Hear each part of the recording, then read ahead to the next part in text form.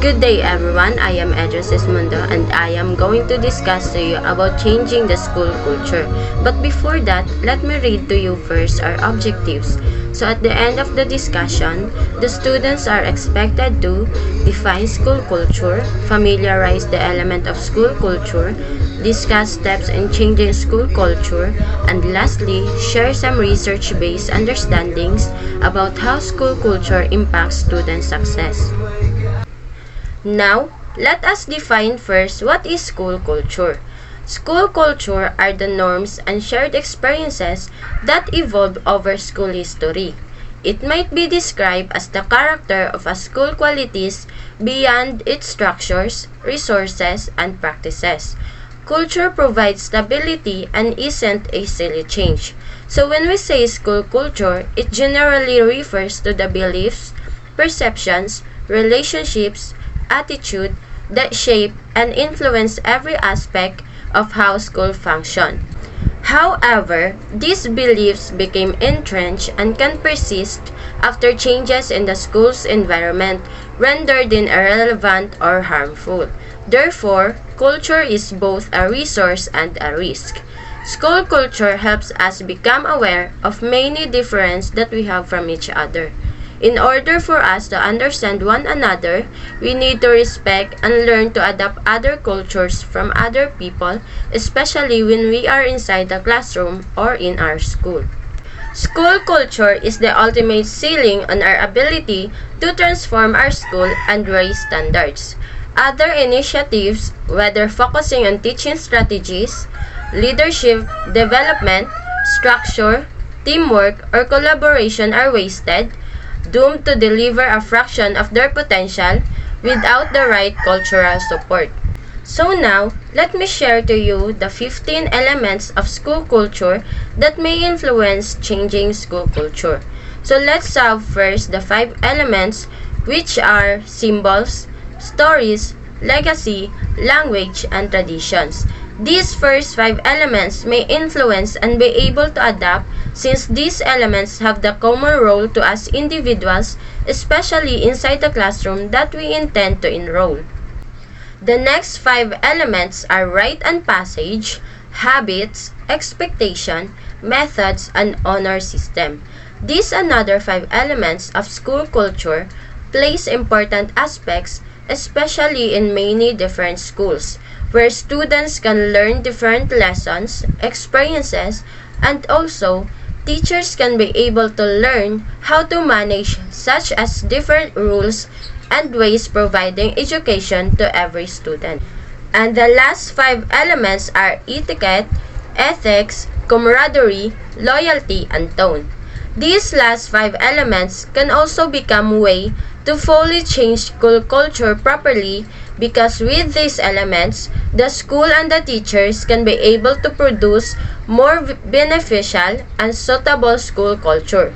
It will also bring positive image and feedbacks from the students, parents, and even the whole environment. And now, let us know more about school culture. So the most successful schools have culture that have highest ambitions for each student, put the welfare of students ahead of the comfort of staff, held teachers be accountable to the whole school, reduce professional autonomy, promote teamwork and learning from each other, are intolerant of failure and excuses from staff, and value service delivery. These successful school cultures are very important because the students and parents can be able to give their trust and would secure of themselves that their expectations and need will be fully accomplished. Students can be able to relate, share, and develop a good relationships from their teachers, classmates, and other staffs. Despite of those differences, it will be also helpful and beneficial for teachers because they can be able to embrace the school, students, and they can help the school culture grow.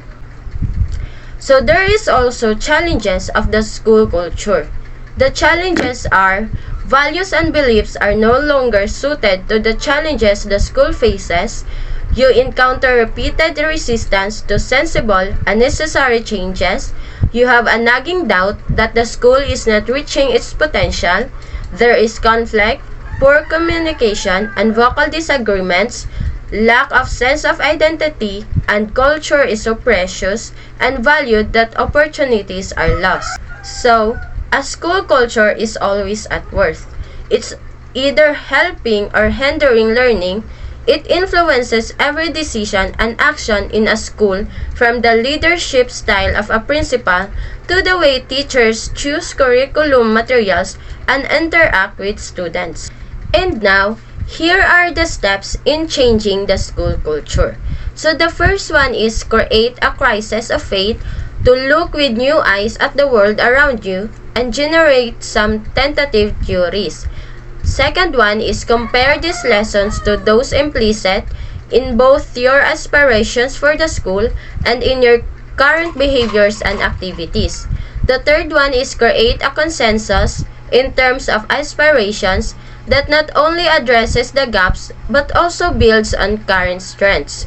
The fourth one is analyze the modes through which culture is communicated, formal and informal, conscious and unconscious, and adapt them to your new direction. And the last one is create cultural capacity. It is a particular way of working in school which balances the need to create a strong shared identity with the need to constantly adapt and grow. So, with the use of these following steps, with the development of good school culture, can foster a spirit that will be able to improve teachers' performances in running its duty, so that it can improve quality of schools.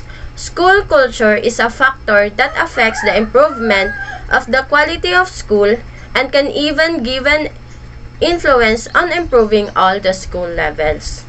And that's the end of my discussion. But before that, let me read a quote first that says, if you intend to introduce a change that is incompatible with the organization's culture, you have only three choices.